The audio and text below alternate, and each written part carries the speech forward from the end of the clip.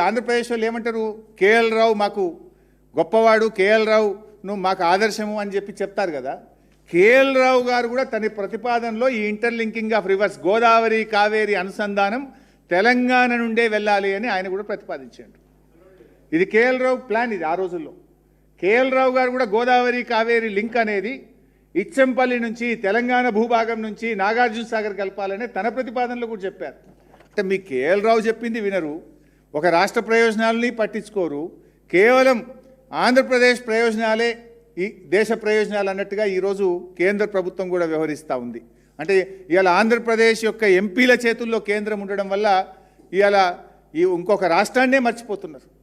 ఇక్కడ విషయం ఏంటంటే మరి బీజేపీ ఎంపీలు ఏం చేస్తున్నారు మీరు కూడా ఆలోచించాలి కదా. 8 మంది ఎంపీలు, 2 కేంద్ర మంత్రులు ఉన్నారు, బండి సంజయ్ గారు, కిషన్ రెడ్డి గారు. మీకు బాధ్యత లేదా? రేవంత్ రెడ్డి అంటే సరెండర్ అయిండు.